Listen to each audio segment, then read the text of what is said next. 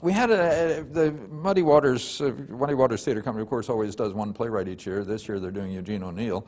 And they've pulled something out that's very interesting. It's a play called Now I Ask You. It was written very early in O'Neill's career, and apparently also with some contribution to it from his wife at the time, his second wife, Agnes Bolton O'Neill.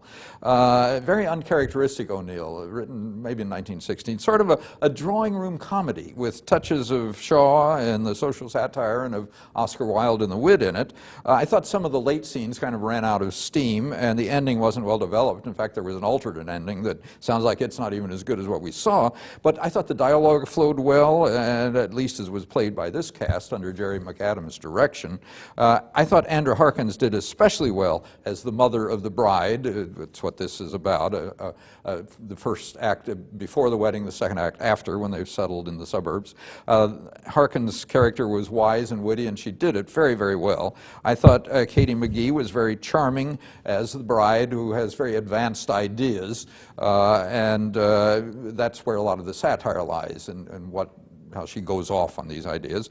Ben Ritchie, as the groom, showed a man who was perhaps rather ordinary, but he was willing to learn and shift with the whims of the bride and with the good advice of the mother that she was giving him. Robert Ashton, as the father of the bride, was a total stuffed shirt and never willing to shift anything anywhere for anybody. I thought Sarah Jane Alverson nicely covered a good heart with the flip attitudes of the artist friend of the bride, also very advanced but not as rigorously advanced as the bride herself. Alan C. David was stuck with kind of a straw man role as the boyfriend of the Alverson character. He was a pretentious bad poet who was flirting insincerely with the bride.